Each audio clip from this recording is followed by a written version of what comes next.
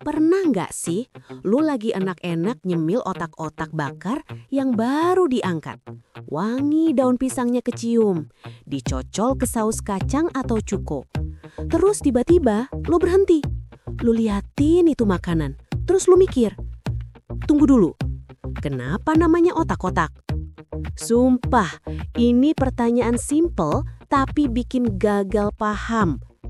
Coba kita pikirin bareng. Pertama, bentuknya. Jelas-jelas lonjong tanjang, atau ada juga yang pipih. Gak ada mirip-miripnya sama bentuk otak manusia atau otak hewan yang keriting dan ya gitu deh. Kedua, dan ini yang paling penting, bahannya. Jelas-jelas ini dibuat dari ikan. Ikan tenggiri, ikan gabus, ikan belida, pokoknya ikan. Dicampur sagu, santan kental, bawang putih, bawang merah, sedikit gula, garam, dan lada. Nggak ada, zero, zilch, nothing, unsur otak beneran di dalamnya. Jadi, siapa yang ngide?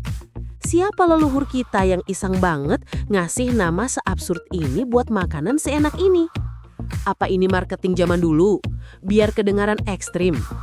Atau ini semacam jebakan Batman kuliner tertua di Nusantara? Selamat datang di Baru Tahu, di mana kita ngebahas hal-hal sepele yang sering kita alamin tapi nggak pernah kita pikirin jawabannya. Dan hari ini kita akan membedah misteri kenapa otak-otak dinamakan otak-otak. Oke, sebelum kita masuk ke teori konspirasi, mari kita luruskan dulu. Jelas otak-otak bukan dari otak. Fakta ini nggak bisa diganggu-gugat. Kalau lo selama ini ngira ini beneran otak, ya selamat, lo baru tahu. Terus, kalau bukan dari bahan atau bentuknya, dari mana nama itu datang? Jawabannya kawan, ternyata jauh lebih simpel dan jujur aja sedikit lebih geli dari yang kita bayangkan. Nama itu datang bukan dari bentuk jadinya, tapi dari wujud adonan mentahnya.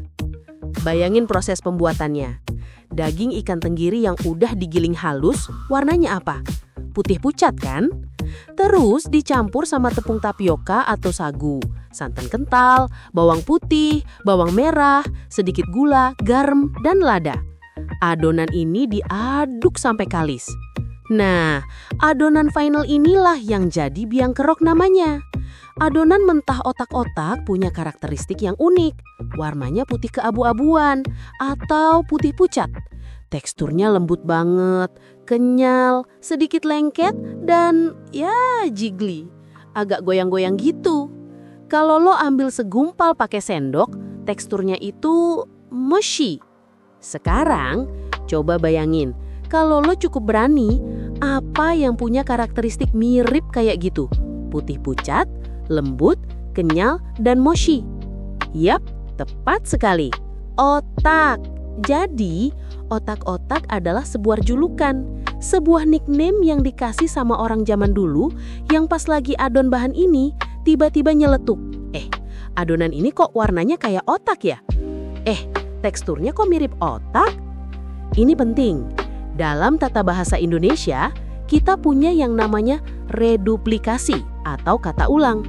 Sering banget kata ulang itu dipakai buat nunjukin sesuatu yang menyerupai atau benda tiruan. Contoh gampang, kuda-kudaan. Itu kan bukan kuda beneran kan? Itu mainan yang mirip kuda. Rumah-rumahan.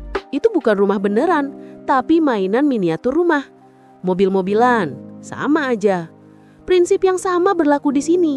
Otak-otak artinya adalah sesuatu yang menyerupai otak. Bukan otak beneran, tapi mirip otak. Jadi, nama ini adalah deskripsi harfiah dari adonan mentahnya. Simple kan? Tapi butuh ratusan tahun buat kita nyadar. Tapi tunggu dulu, lu pasti mikir, lah, tapi otak-otak yang gua makan warnanya oranye kemerahan bang. Jauh banget dari putih pucat.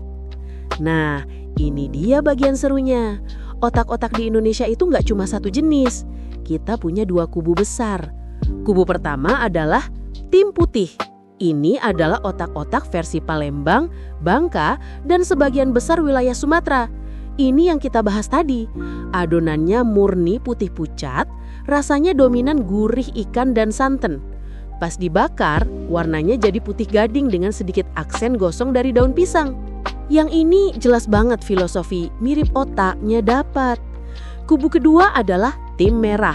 Ini adalah otak-otak versi Makassar, Sulawesi Selatan. Beda banget. Adonan ikannya udah dicampur sama bumbu cabe, kunyit, dan rempah lain yang bikin warnanya jadi oranye kemerahan menyala.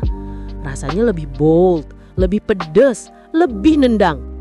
Terus gimana ceritanya yang merah ini ikutan dinamain otak-otak? Kemungkinan besar nama otak-otak itu lahir dari versi yang putih, Palembang atau Bangka lebih dulu. Karena kemiripan visualnya jelas banget. Nah, ketika konsep makanan ikan giling dibungkus daun pisang terus dibakar ini menyebar ke wilayah lain, kayak Makassar, resepnya diadaptasi. Orang Makassar yang terkenal suka rasa pedas dan kaya rempah, nambahin bumbu merah ke adonan. Tapi, nama otak-otak yang udah kadung populer itu tetap dipakai. Walaupun secara visual, versi Makassar ini udah nggak mirip otak sama sekali. Udah lebih mirip, sosis bakar pedas. Jadi, versi Makassar itu adalah evolusi rasa, tapi tetap pakai nama orisinalnya. Belum lagi kita ngomongin saus cocolannya. Ini juga beda-beda. Otak-otak Palembang atau Bangka, yang putih, biasanya dicocol pakai cuko. Ya, cukol yang sama buat PMP. Atau pakai saus tauco yang asam pedas. Sementara, otak-otak Makassar yang merah, karena adonannya sendiri udah berbumbu, seringnya dicocol pakai saus kacang yang kental dan gurih. Di luar Indonesia, kayak di Malaysia atau Singapura, mereka juga punya otak-otak. Versi mereka lebih mirip yang tim merah. Warnanya oranye kemerahan dan rasanya lebih mirip kari ikan. Mereka nyebutnya otak-otak atau otah. Dan di sana mereka lebih sering dikukus dalam bungkusan daun kelapa, bukan daun pisang. Jadi, kita harus berterima kasih sama leluhur kita di Sumatera. Kemungkinan besar Palembang atau Bangka yang punya imajinasi unik. Mereka ngelihat adonan ikan, langsung kepikiran otak. Gara-gara keisengan linguistik itulah, kita sekarang punya salah satu camilan terenak di dunia. Coba bayangin, kalau dulu namanya beda. Bayangin kalau namanya ikan giling bakar daun. Sumpah, nggak keren banget, nggak ada misterinya, nggak catchy. Justru nama otak-otak inilah yang bikin dia ikonik. Nama yang bikin orang asing bingung, tapi bikin kita bangga.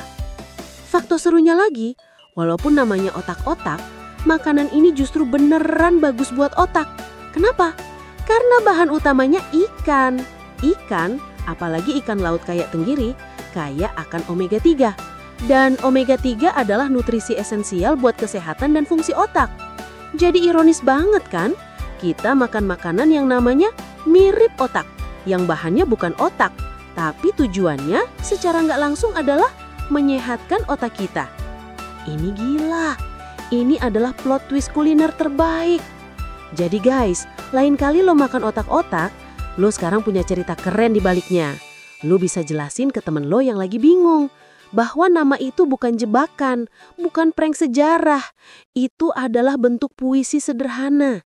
Julukan yang lahir dari observasi simpel di dapur. Adonan ini kok kayak otak ya? Dan dari situlah sebuah legenda kuliner lahir. Gimana? Lu baru tahu kan?